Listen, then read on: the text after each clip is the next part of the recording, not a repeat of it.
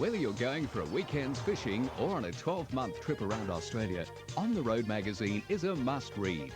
Every month it's packed with great places to go and expert information on how to get there. There are some great stories by friendly people who've been there and done it, and who provide lots of advice and hints that will make your travelling better, safer and more enjoyable. Get On the Road magazine every month at your newsagent.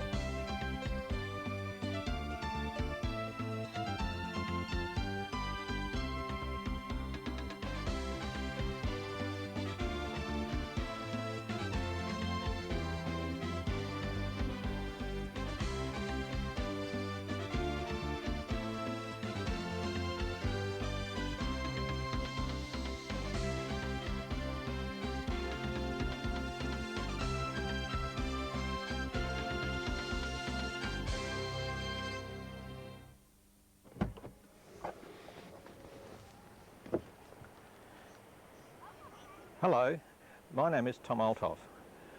Welcome to Let's Go Caravanning. In this video we're going to take you step by step through everything that you need to know about caravanning. If you want to know how to select, tow, use or look after a caravan or camper trailer, you'll find all the information you need in this video. There are of course many different ways in which you can pursue your leisure time activities. As far as caravanning and camping is concerned, there are several choices. You can choose a tent trailer, or if you want to stay off the ground, perhaps a camper trailer. There are small caravans, large caravans, or you could opt for a unit like this, which is called a fifth wheeler.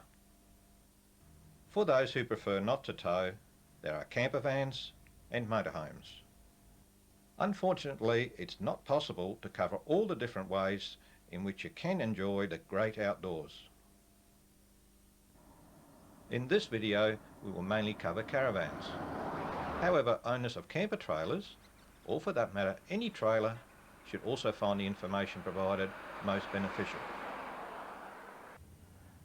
Having decided to spend more leisure time away from home, how do you go about deciding which vehicle or unit best meets your needs? It is always wise to spend a little time weighing up the pros and cons of towing. If you like to be on the move constantly, or there are only two persons, a camper van may well be a worthwhile consideration. These vehicles are easy to drive and can be quite economical. They also have all the facilities that you'd expect in a recreational vehicle. On the other hand, splitting up the transportation and accommodation can be a definite advantage, particularly for extended stays in one place. Before you go shopping for a caravan, it's a good idea to decide what the family's needs are. For example, how many persons does it have to accommodate? How often are you going to use it? Where do you intend to go? What's the size of the towing vehicle? And most important, how big is the budget? Two items that are high on the list of desirable features are lots of seating space and room to move about.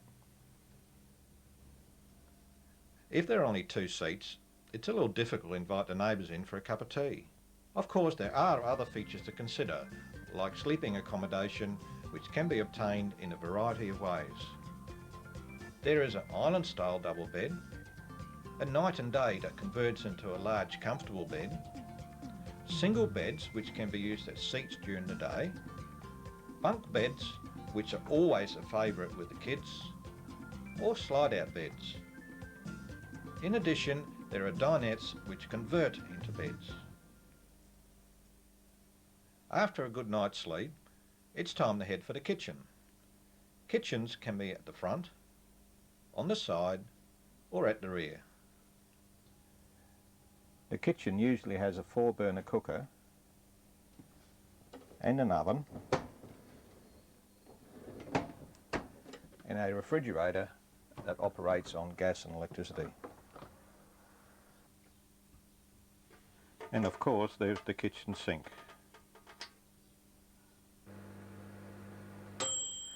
Some vans even have microwaves. As no one goes away empty-handed, you'll need lots of storage space. Excuse me. There are cupboards at floor level and overhead, wardrobes, drawers, corner hatches. Other places are not so obvious, like under the beds or under the seats. Some caravans and camper trailers also have lockers which are accessible from the outside. For those who want to be completely independent, there are also caravans with showers and toilets. Your final decision may well be a compromise between what is desirable and what is practical. Irrespective of the layout you choose, make sure that the caravan will be compatible with your towing vehicle.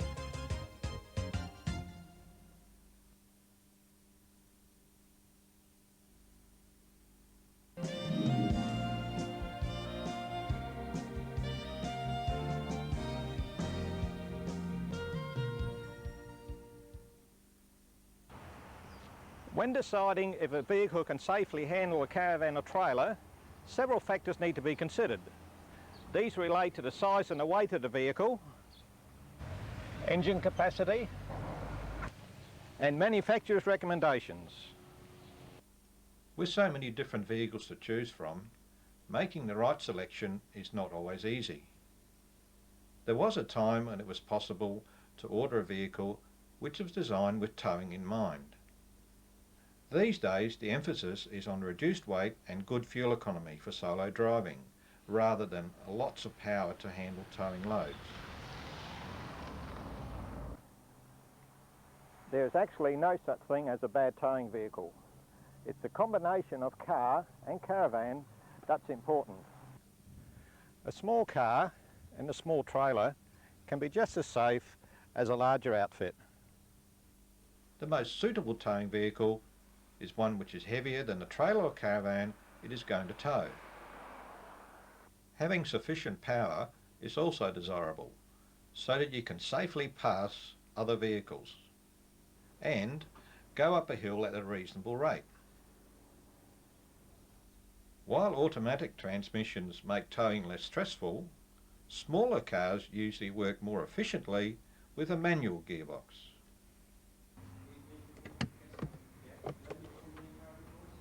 It's a good idea to read the owner's handbook.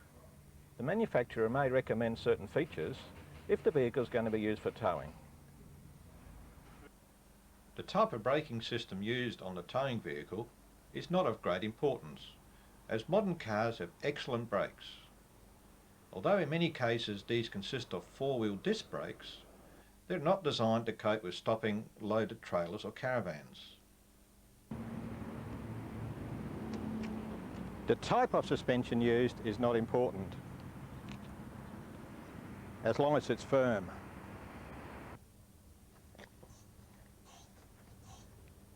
Worn out shock absorbers or springs that are suffering from old age will affect the stability of the outfit. 4-wheel drives have a reputation for making good towing vehicles. This is due to their additional weight, robust construction, sturdy mechanical components, and often higher towing recommendations.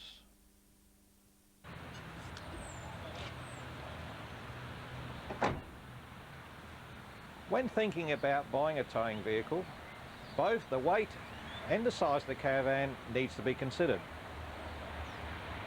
The higher and wider a caravan is, the more power is required to overcome the wind resistance. At 80 kilometres an hour, about half the power produced by the engine is needed to simply overcome that wind resistance. A camper trailer creates very little wind resistance and is therefore more suitable for smaller cars. The weight of the trailer only becomes a consideration when taking off or going up hills.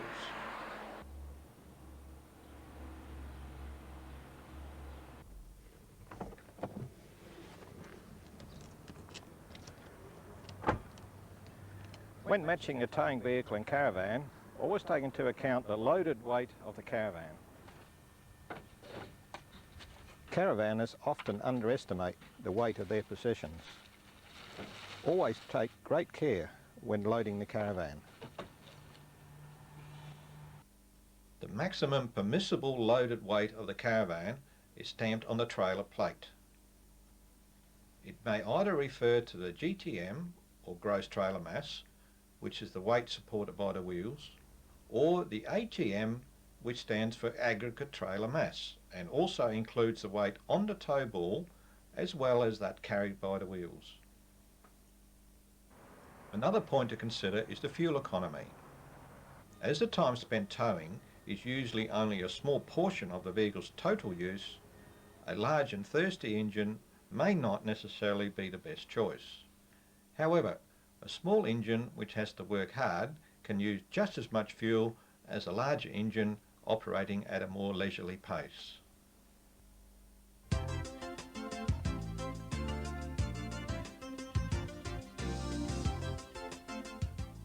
Ultimately, the best towing vehicle is one which provides safe and comfortable transport, carries a reasonable amount of luggage, is heavier than the caravan or trailer, has enough power to cope with the load, and performs all its tasks economically and reliably.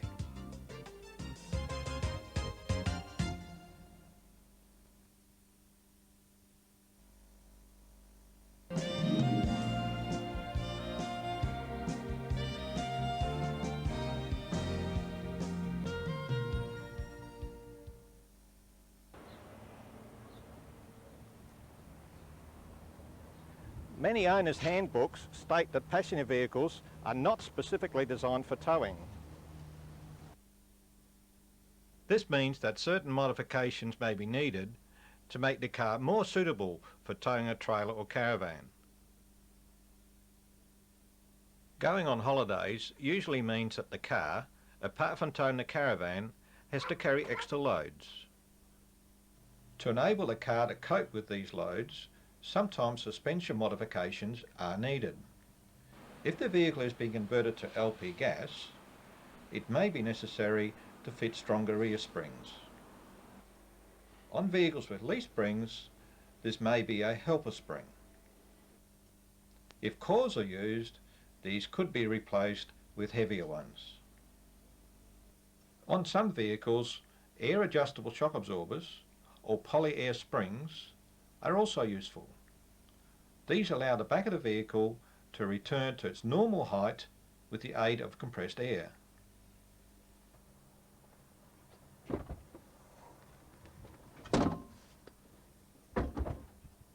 Irrespective of the method used, suspension modification should only be made to cope with the extra load of the car, not the weight of the caravan.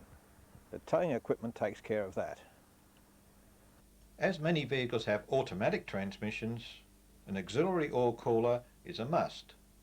Failing to fit one of these oil coolers can cause expensive damage due to the oil overheating while towing. The standard oil cooler built into the radiator is too small to cope with the additional heat generated when the engine is working harder.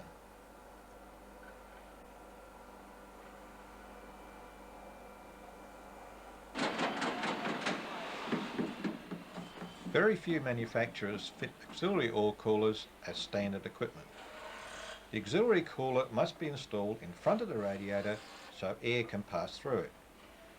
Unless the instructions state otherwise, connect up the cooler so the oil flows only through the auxiliary unit and bypasses the standard radiator. If your vehicle's a few years old, it's a good idea to consult a cooling system specialist and have the condition of the engine cooling system checked. In some cases it may be advisable to install a larger capacity radiator. At the least, a thorough flush out and flow test is recommended. While having the system checked, discuss the best coolant or additive for your system.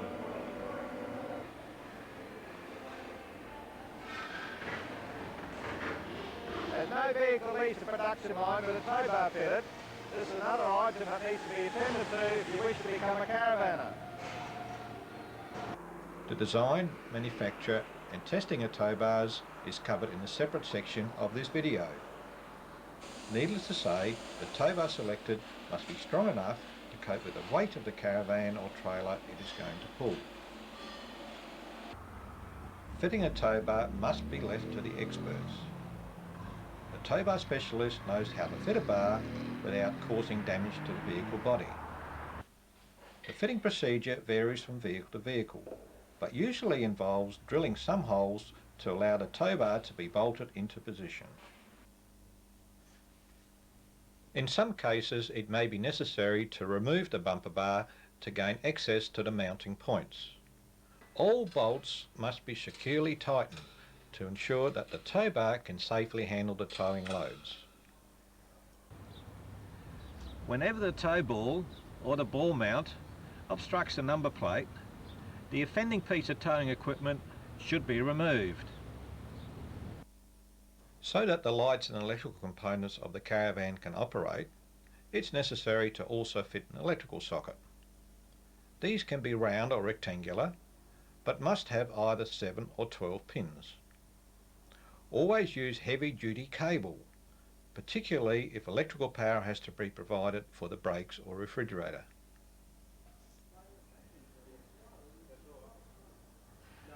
Most caravans and camper trailers are fitted with electric brakes. These use a magnet to apply the brake shoes against the brake drum to slow the vehicle.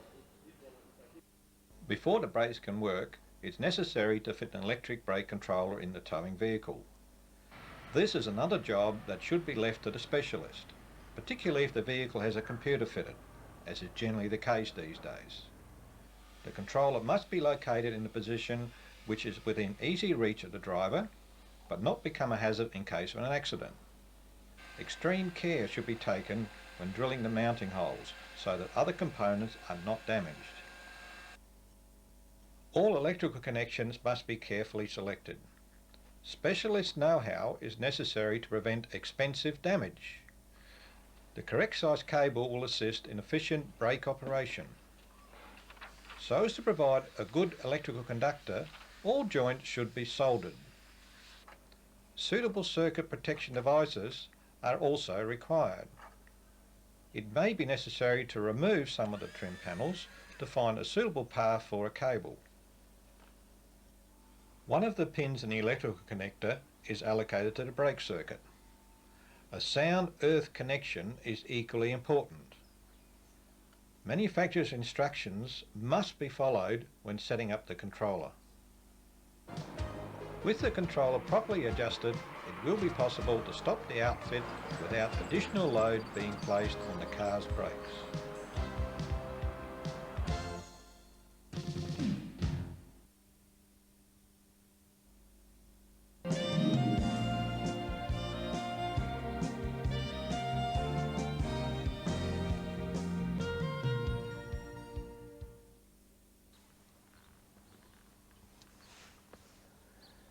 When discussing towing equipment, we refer to everything that's necessary to securely attach the caravan to the car.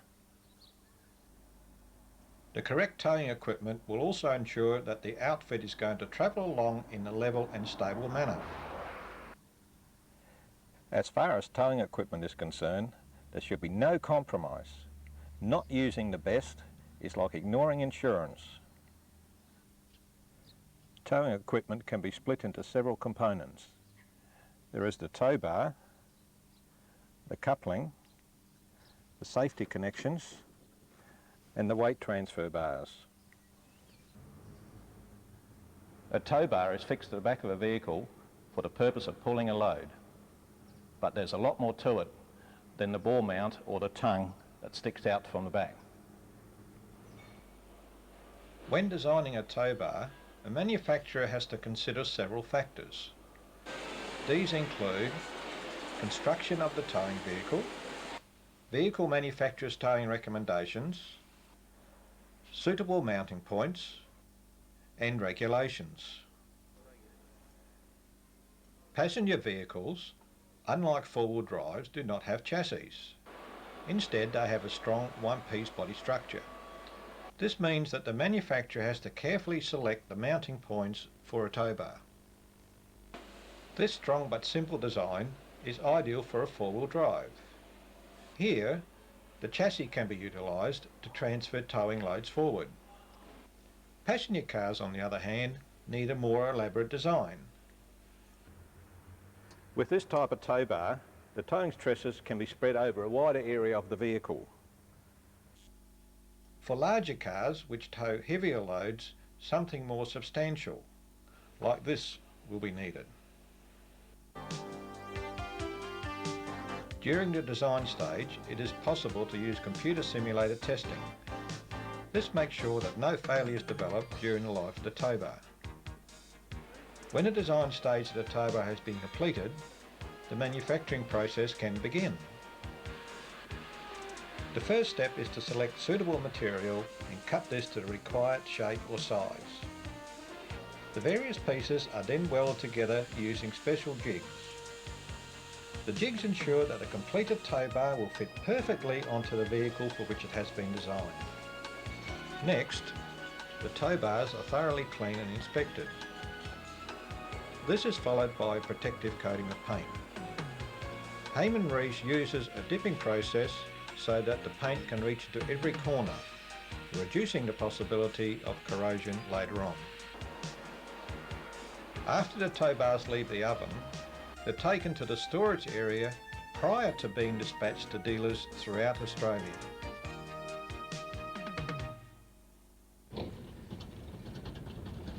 Generally speaking, the type and size of trailer has little bearing on the strength of the tow bar. It is the gross or laden mass that's important. Also, the downward force has to be considered. This is usually referred to as ball or nose weight. In 1989, regulations were introduced which require tow bar manufacturers to attach a plate to the bar stating the loads that it can safely cope with. To make sure that tow bars can cope with a load stated on the sticker, each new tow bar design is tested for strength. Let's go and have a look how a large manufacturer like Heyman Reese goes about testing tow bars.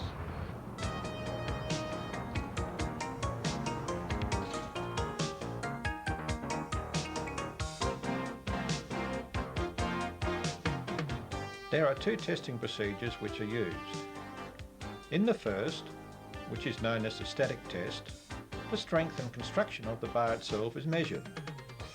One of 3 hydraulic cylinders is attached, depending on the test to be carried out. A tow bar is tested for sideways and up and down strength, as well as for the load it can pull. The results of the test are recorded, so that if necessary, they can be referred to at a later stage. The second testing procedure involves mounting the tow bar onto a vehicle for which the bar is designed. The vehicle itself is firstly securely positioned on the testing rig. By repeating the previous test cycle, the mounting points can be checked. At the same time, it is possible to determine if any excessive stress is placed on the vehicle body, which could cause it to twist out of shape. As you have seen, nothing is left to chance. Stringent quality control standards and testing procedures have to be maintained in the manufacture of this vital piece of towing equipment. Having the right coupling is just as important as having the correct capacity tow bar. The capacity of the coupling is usually stamped on the side. An integral part of the coupling is the towing ball. Australian standards require a 50mm diameter ball to be used. The size is normally stamped on the top. The tow ball is attached to a component called the ball mount, tongue or lug. These come in various types. One consists of a flat tongue that's bolted onto the tow bar. It's suitable for loads up to about 1200 kilograms. The other is a more robust adjustable type which slides into the receiver and is secured with a pin. This type can be quickly adjusted to allow for trailers with different height couplings. Any trailer, whether a small camper or a large van, must be level when coupled to a towing vehicle. Safety chains are another important item. They should be strong enough to support the load of the trailer or van. In some cases, on light trailers, one chain is permissible. The chains must be fixed securely to the tow bar and short enough to hold the front of the caravan off the ground in case the coupling becomes accidentally disconnected.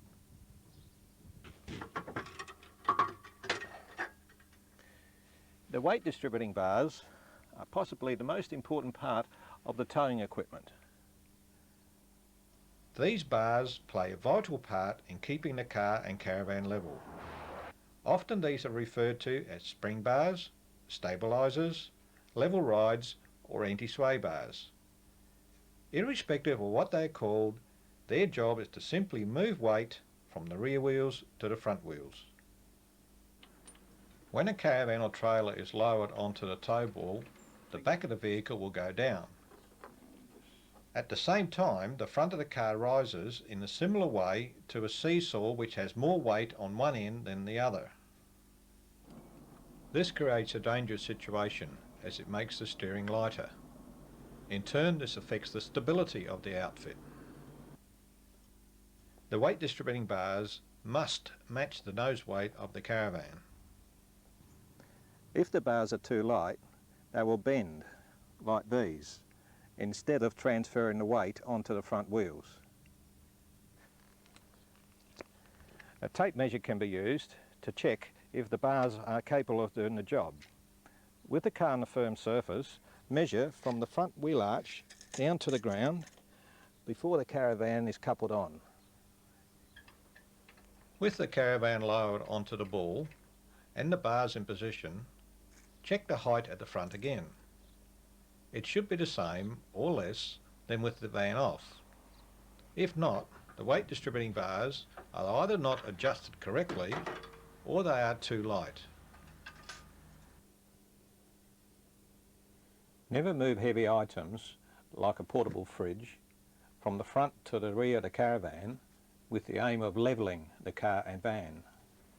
For safe and stable towing, the nose or ball weight must be about 10% of the total caravan mass. Sway controls are generally not required on a well-designed, compatible and correctly loaded caravan.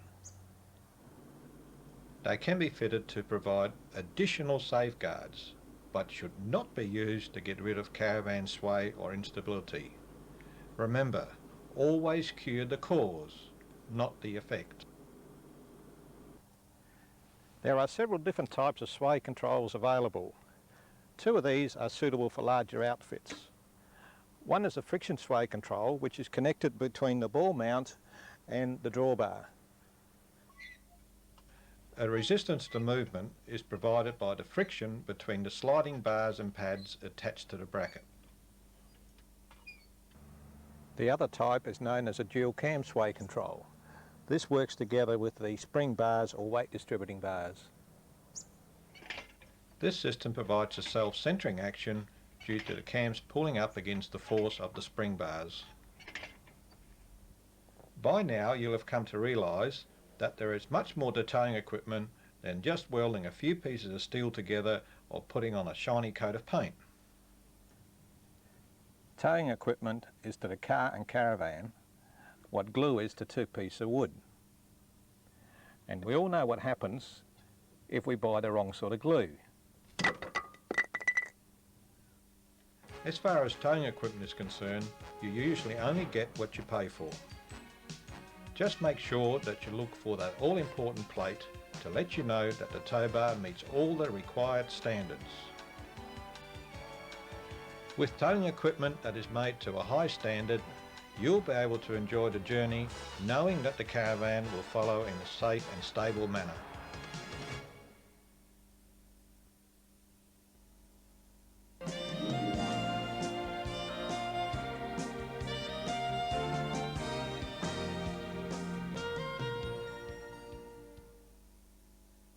In this segment we're going to have a look at how caravans are constructed. It's hard to imagine that a batch of steel like this can be made firstly into a chassis and eventually become a complete caravan or pop-top. The first step in designing a new model is drawing up the plans. These days, extensive use is made of computer-aided design facilities. This permits changes to be made quickly so that individual customers' requirements can be incorporated, often without incurring additional costs. A chassis is to a caravan what a foundation is to a house. Here's a typical caravan chassis.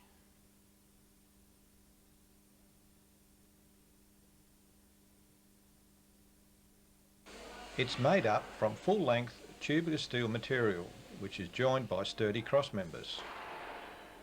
The drawbar, or A-frame, is welded securely onto the chassis. A coupling and safety chains allow the caravan to be securely hitched to the towing vehicle. Next, the suspension is attached to the chassis. Deciding on the correct position of the axle is a precise task, so that the finished caravan is well balanced and will be stable on the road.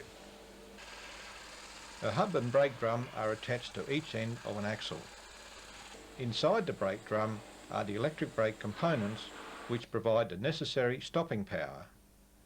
The running gear is complete when the wheel and tyre is bolted onto the brake drum. The stabiliser is fixed to each corner.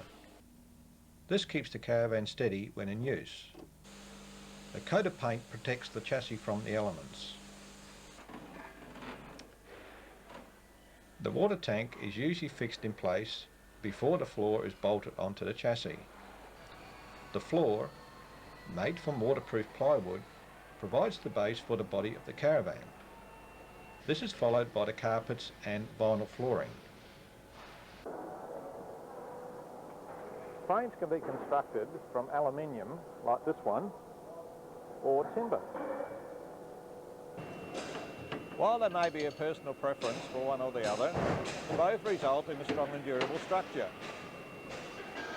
The inner wall or lining of the van is glued to the frames. This adds to the sturdiness of the body shell. At the same time as the chassis is being welded together, the cupboards are taking shape in another section. The order in which the various components are assembled varies with the model and the layout of the van. For all-round comfort, the Jayco caravans are fully insulated. The roof is covered by one continuous piece of aluminium for added strength and improved sealing against leaks. For pop-tops, the roof is made separately and fitted on as a completed section. The sleeve is fastened securely to the top of the van. Camper trailers are basically made the same way. Without their canvas sides, they look more like half a caravan. With camper trailers, a great deal of time goes into cutting and sewing the sides and end sections. Installing the exterior cladding is one of the last operations. This is followed by the windows and the doors. Quality sealant is used to prevent water leaks when it rains. There are two basic types of windows: aluminium sliding, or the European style, which includes double glazing and inbuilt insect screens and blinds. More sealant and corner mouldings complete the caravan body.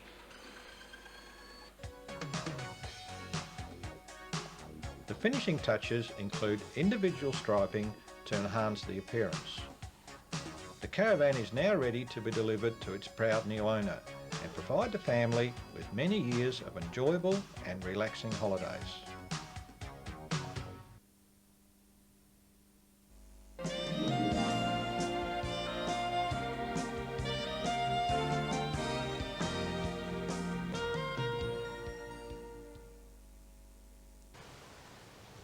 The enjoyment of your caravanning holiday is dependent to a large extent on the preparation beforehand. A checklist is most helpful in making sure that nothing is overlooked. While we're going to concentrate on the caravan, don't overlook the towing vehicle. A service, safety check and tune-up is usually a prerequisite to a trouble-free holiday.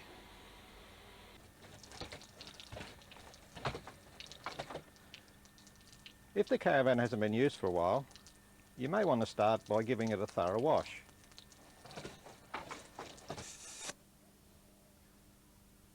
If you have to move the van, make sure the tyres haven't lost any air since the last trip. At least a week before you leave, switch on the refrigerator. It should make ice cubes to keep your drinks cool in about 8 or 10 hours. If it doesn't work properly, you will at least have a few days to have it fixed. Next, let's check the LP gas supply.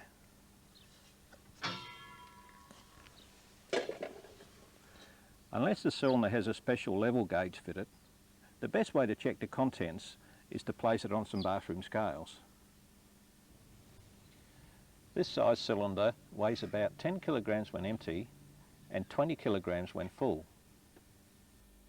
If the gas cylinder has been disconnected, any air in the lines can be readily removed by lighting the cooker. After taking care of the gas, it's a good idea to check the electrics. Plug in the extension cord and check the operation of all the lights and appliances.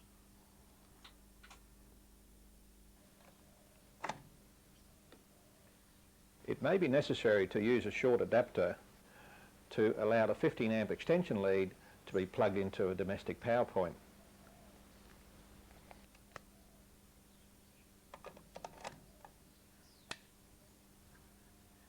When loading the caravan, remember to put heavy items over the centre or near the front. Only light or bulky items should be stored under the beds at the rear of the van. On the day of departure, there are several things to attend to. Inside the caravan, always make sure that all cupboard doors, drawers, the refrigerator and hatches are firmly closed. Check that no loose items are left on the seats, benches or floor.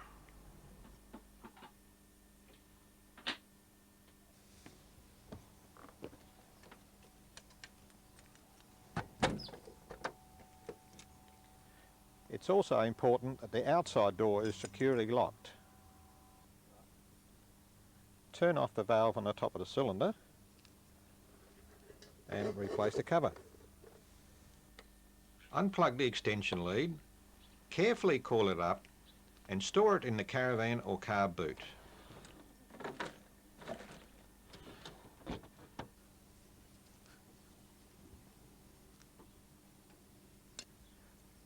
After winding up the stabilisers, you're ready to hitch onto the towing vehicle.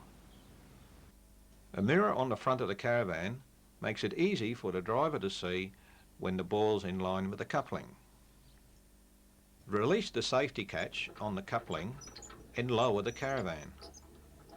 Note that the handle rises and then drops down to lock the coupling. To check that the coupling and tow ball are safely locked together, wind up the jockey wheel to try and separate the coupling. Next, the load distributing bars are put in position, tensioned up and secured. If possible, have the jockey wheel support the caravan load while the bars are hooked up. Correct adjustment of the load distributing bars is most important. This is fully covered in the section on towing equipment.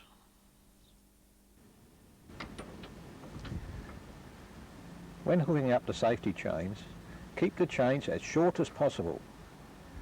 Obviously, some slack is needed to allow the caravan to turn. After pushing the plug into the socket, check the operation of all external lights. Also check the inside lights if these are connected to the 12-volt system. All that remains is to release the caravan park brake and you're ready to roll.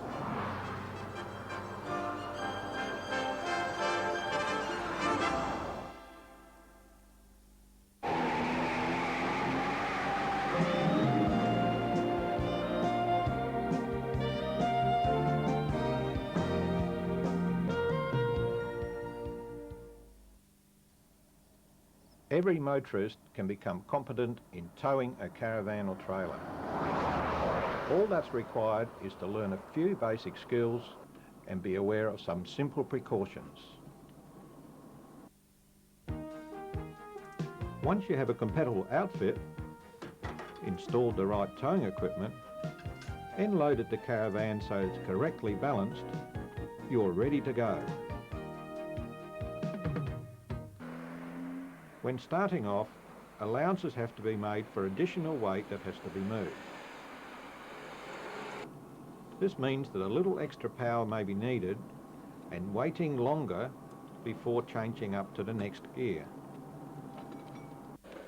When turning a corner or going around a bend, always stay out wide so the trailer doesn't hit the curb or run off the edge of the road.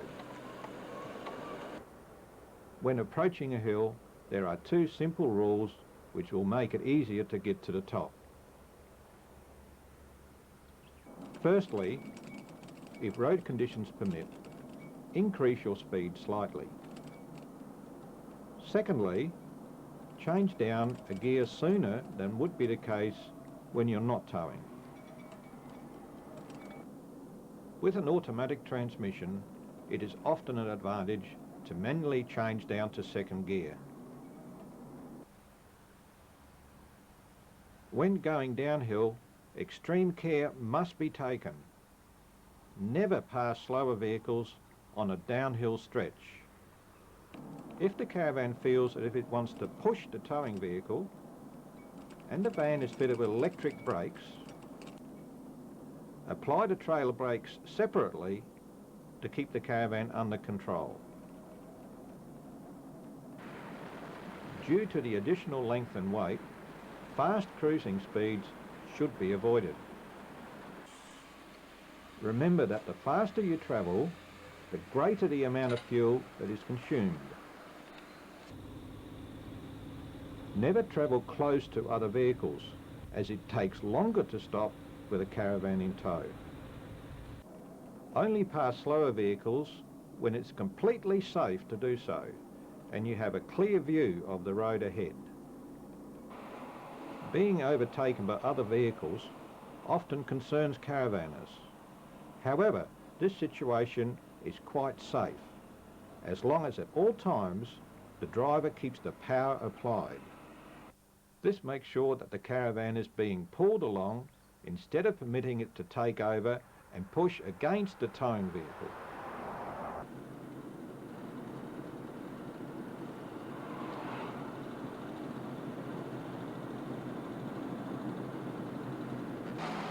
When stopping the outfit, always apply the brakes smoothly, keeping in mind that it may take longer to stop with a trailer in tow. With the electric brake controller adjusted correctly, it shouldn't be necessary to use any more force on the brake pedal than when stopping the car by itself. Although caravans are not designed for use on rough roads, driving on unsealed roads can be quite safe as long as speeds are reduced. If dusty conditions exist, check that all windows and hatches are closed. If the caravan feels unstable, there are many factors which can contribute to this effect. Assuming that the car and caravan are compatible, some of these causes are unsuitable towing equipment, incorrect loading like a fridge under the bed, insufficient ball weight, or underinflated tyres. By keeping in mind the hints that we've given you, and with the use of a little common sense, caravan or trailer towing will be safe and trouble-free.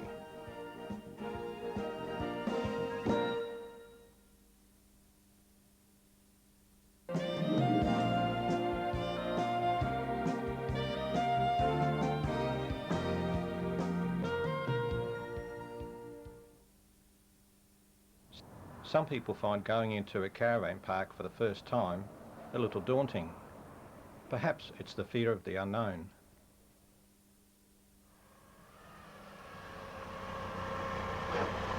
Actually, there's no reason to be concerned, as caravan park managers are a friendly and helpful lot. If you are unsure what to expect, why not go and check one out? Most park managers are only too happy to show off their park. The majority of parks around the country have excellent facilities. These consist of sealed roads, grass sites, clean amenities blocks with tiled showers, a laundry, most which have drying facilities, well-maintained swimming pool, the all-important barbecue area, a playground to keep the kids happy, and pleasant surroundings. Good morning. Good morning. Morning. Yes, can I help you? Yes, we'd like a powered site, please. Right, for how long? Oh, about a week. Week? Through the boom gate? When arriving at a caravan park, ask about the types of sites available. In some cases, there may be drive-through sites, which are convenient for short stays. When you have been allocated a site, identify its location on the site plan. Whenever possible, approach the site so that it's on the driver's side of the vehicle. Before driving onto the site, inspect the area for any objects that may have been left behind by a previous occupier. Imagine what something like this could do to a tyre.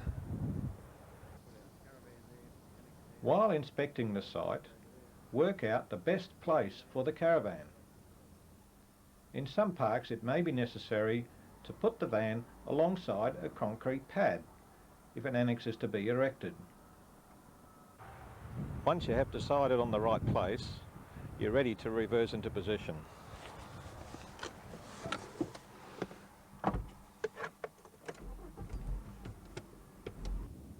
Reversing is something that concerns many people unnecessarily.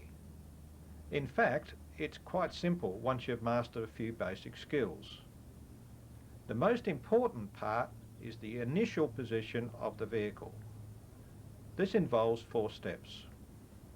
Number 1, when driving up to the site, stay on the right-hand side of the roadway until the driver's door is in line with the far side of the site.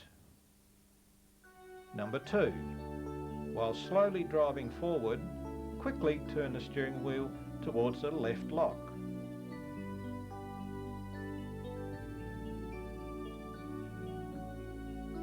Number 3, turn the steering wheel quickly to the right.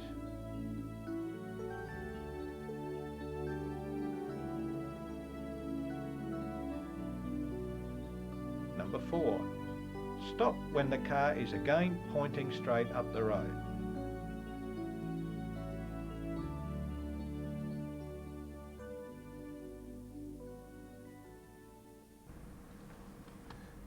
If it all worked out, the caravan will now be facing in the direction that you want it to go. Now slowly go backwards. At the same time, watch the back of the caravan and the van's wheel. This is always easier if the driver's door is held open. Once the car and caravan are in a straight line, shut the door and use the towing mirrors to complete the reversing manoeuvre. To keep the caravan going straight back, turn the steering wheel in the same direction as the back of the caravan wants to go. Monitor the progress by continually looking from one towing mirror to the other. For example, if the caravan veers to the right, turn the steering wheel to the right. Reversing can only be successful if the correct mirrors are fitted. Before unhitching, check that the van is level from side to side. If the ground slopes to one side, place a piece of timber in front of the wheel and pull the van forward so that the wheel rolls onto the timber. Before doing anything else, apply the handbrake. Now you're ready to unhitch. Attach the jockey wheel.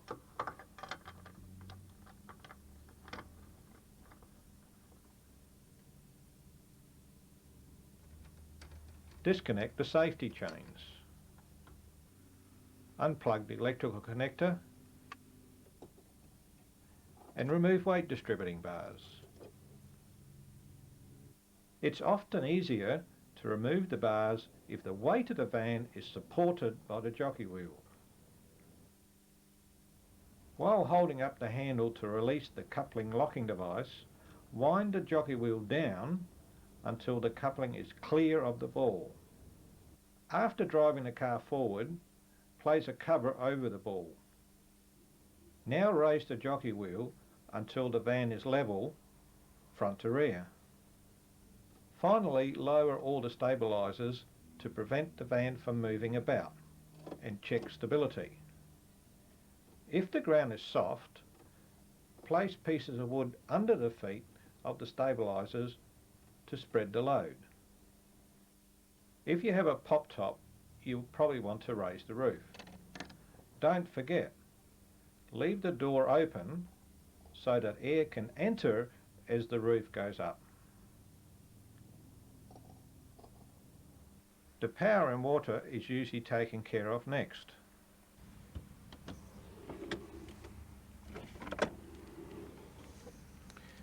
Extension cords used for caravans must have a 15 amp rating. These can be identified by the wide earth pin. Push the extension lead socket securely into the power inlet. Before plugging the other end into the park supply, check that the circuit breaker is switched off. Do not leave excess lead cord up, as this could cause overheating of the cable. Once electrical power is available, the refrigerator can be switched on. If it's been off for several hours, it will help to turn the thermostat up for a while. Most modern caravans have facilities for mains pressure water. As nearly all parks have individual taps, a hose can be connected between the tap and the adapter on the van. A high pressure hose and screw-on fittings are most suitable for this job. On older vans, the tank can be filled to provide the water supply. The saying that what goes in must come out reminds us to take care of the used water from the sink. Either a hose can be used to connect direct to the silage, or a bucket can be placed under the drain pipe. At this stage, the gas can be turned on in readiness for cooking the evening meal. Those that don't want to miss out on their favourite television shows will no doubt want to erect a television antenna. If an awning is fitted, this can be lowered to provide additional shade or protection from the rain. Cheers, dear. After all this strenuous exercise, it must be time to sit back, We'll watch a bit of television. have a drink and watch your favourite program.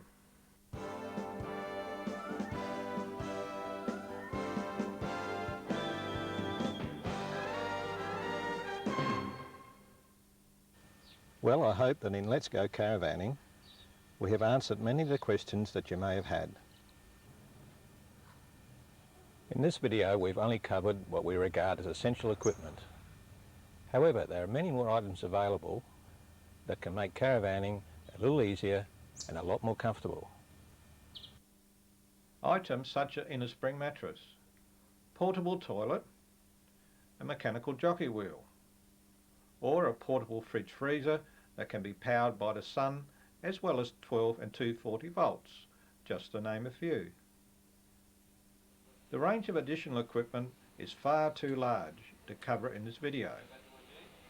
We suggest you visit your local caravan accessory centre to view the full range available. Well, that's all for now. I'm Tom Althoff, wishing you safe and happy caravanning.